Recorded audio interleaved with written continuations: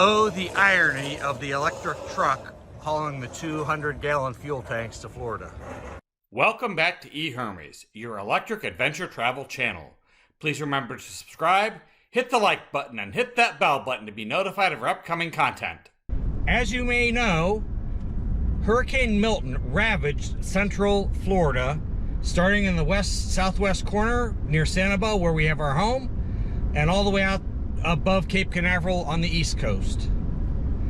I called my contractor because we were going to head down to check out the damage to the house, and I asked him if there's anything he needed, and he said the one thing he really needs me to do is get 200-gallon transfer tanks and fill them with gasoline and diesel in each and bring them down there because he cannot find gas or diesel. So that's what we're doing, the irony of it all, using the electric truck to bring gas and diesel to a fuel-starved area.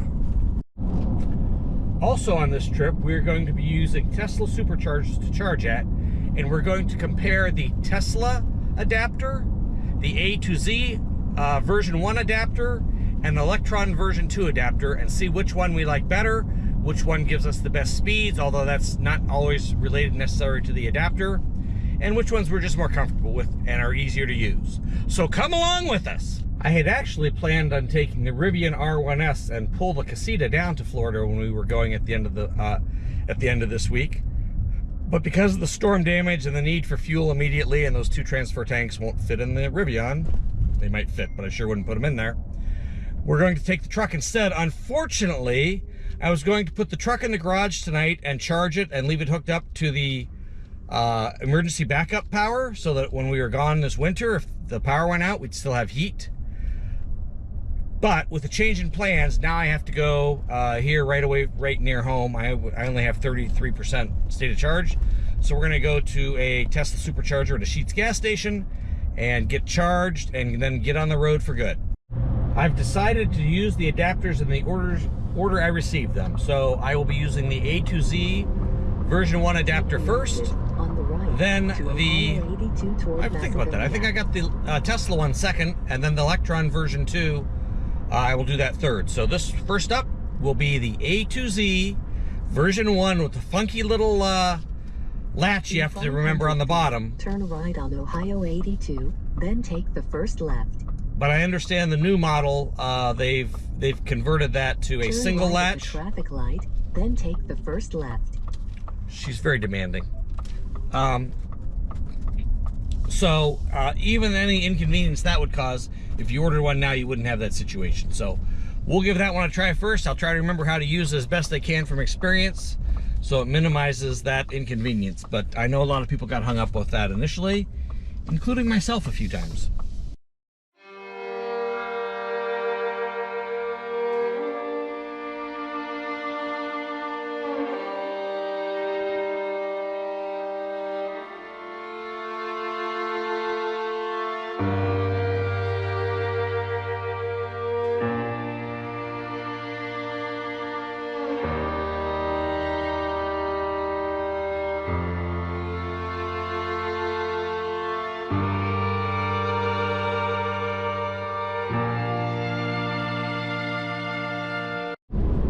Well, we had some trouble with the charger in Twinsburg, Ohio with the A to Z adapter. I don't really think it was the adapter. I think it was my app and the charger.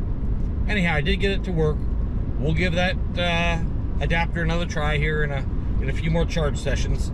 Next up, though, is Ripley, Ripley, West Virginia, with the Ford/Tesla provided adapter. Let's see how that goes. All right, with the Ford Tesla adapter, I had a really hard time getting the adapter off the charge cable. I got it out of the truck okay, but there's another latch, special latch on the bottom that you got to fiddle with to get it off the charge cable. So I was not very impressed with that one. Next up will be the Electron, although the next charging stop is actually just the way they space out and to keep my trip moving is going to be a non-Tesla charger. It's either going to be Electrify America or I don't know what the other one is. Circle K, maybe their own brand. I think they have some of their own brand. So that'll be our next charge, but then after that we'll try the Electron, probably somewhere in North Carolina.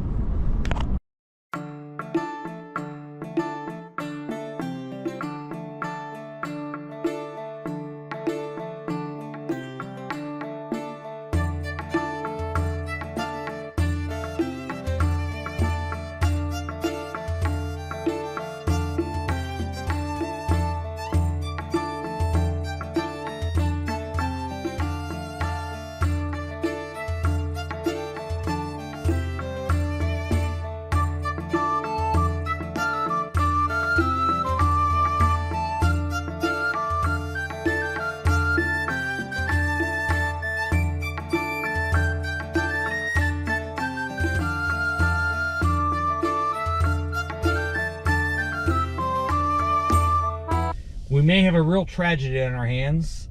We came here because I've used this stop before, and there's a Bojangles restaurant on top of the hill, but I see the lights are out, and it's a little past 9:30. Maybe they're closed. I actually even came and exited out on my way to use this charger. The route navigation wanted me to use a Pilot Flying J one.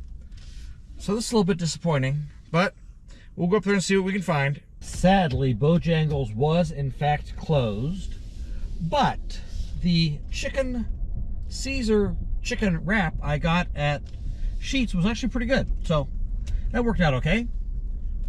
Now we are off to Fort something, South Carolina. We charge once in Ohio, once in West Virginia, once in Virginia. Make a slight left turn, then take the first right. We're going to skip North Carolina altogether, then we'll charge in Fort Sill, South Carolina. We may have Turn to charge right, then take the first right. We may have to charge twice in South Carolina after skipping North Carolina, but we'll see. I might be able to get to Savannah, Georgia with just one more charge. Turn right on I-81.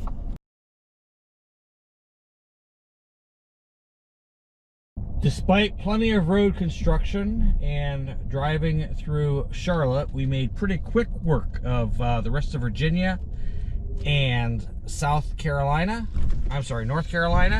And now we've entered into South Carolina. Fort Mill, South Carolina, Tesla Supercharger.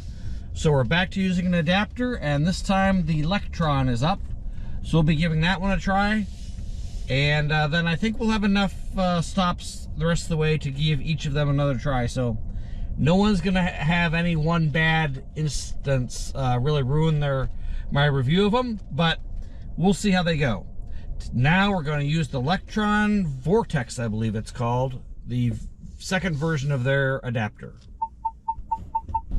All right, we finished up in Fort Mill, South Carolina, and because I decided to crawl in the back and take a little snooze, get some rest, we got up to 96%. That is, I believe, going to allow us to make this the only stop in South Carolina. Our next stop will be the Tesla Supercharger in Pooler, Georgia. Due to relatively light traffic, which is not surprising, between 2 and 4 a.m., and a minimum of construction, I've been able to drive expeditiously on this leg. So I'm not quite going to make it to Georgia, because when you drive faster, your efficiency goes down. You can't go as far on a charge. But the speed makes up for it in the overall trip. So we're going to stop in Ridgeland, South Carolina. That'll be 2 charges in South Carolina, none in North Carolina, 2 in South Carolina. I think we'll be able to skip Georgia and get at least to Yulee, Florida after this stop. This stop will be back to the A to Z adapter. Now that I've had one round of each of them, I kind of remember where all the latches and pieces and parts are, and it should go a whole lot quicker for all of them on this round. And then I'll have a pretty good idea which one I like best and least, and we'll kind of rank them. Here we go.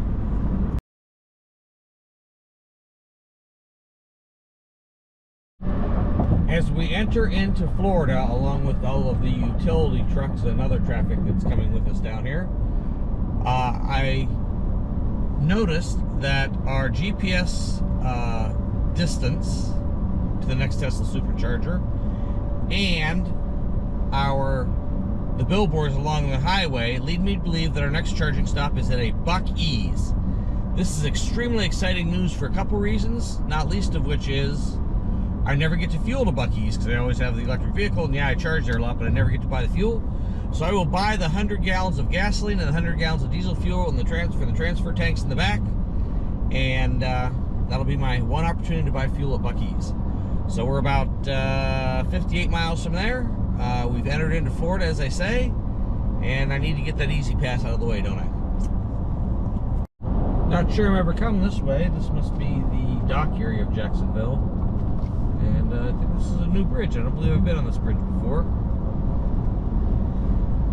Going over some river that leads to the ocean. The Daniel Point Fulton Cutoff. So it's probably man-made. Interesting. This is the East Beltway, they call it. 295 East Beltway, heading south.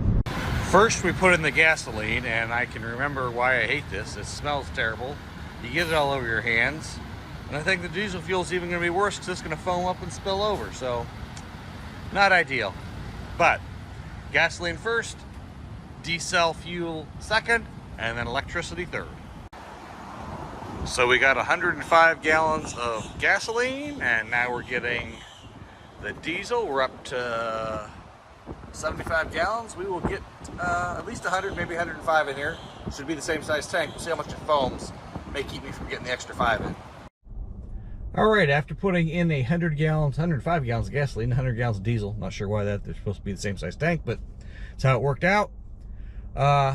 Took about 25 minutes. It's not instant, not with that kind of volume. So now we're going to charge at the Tesla Supercharger here at the buc-ee's. Next up again is the Ford adapter, so we'll give that one a whirl. We had really good success with the A to Z one last stop. It worked right away, didn't have any problem with the latches. So hopefully the Ford one will work good too. Here we go. As wonderful as everything is at buc-ee's, and their restrooms are immaculate, their food is delicious. I had a cinnamon roll today that will probably be the death of me, honestly. It must have been 10,000 calories in one cinnamon roll. Anyhow, it was delicious though. But the one thing I'm not impressed with is their coffee. It's average at best, and I would say below average. I would take Dunkin' Donuts coffee over it any day. In any case, the Ford/Tesla adapter worked just fine. No problem getting it on, no problem getting it off. The second time through, I'm having a lot better success with all of them, now that I know each of their little intricacies. So we'll see how the next one up is the Electron, and that one actually went very good the first time, so I expect that to continue.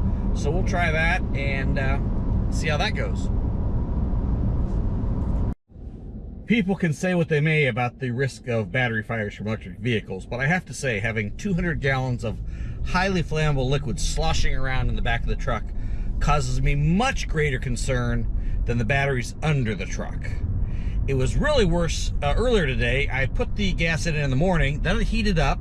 It got sunny. The sun was hitting the black tank. I let some of the pressure out of it because it expanded substantially, spilled all over the bed of the truck. Anyhow, the batteries to me are a far, far better solution, and my hands smell like gas.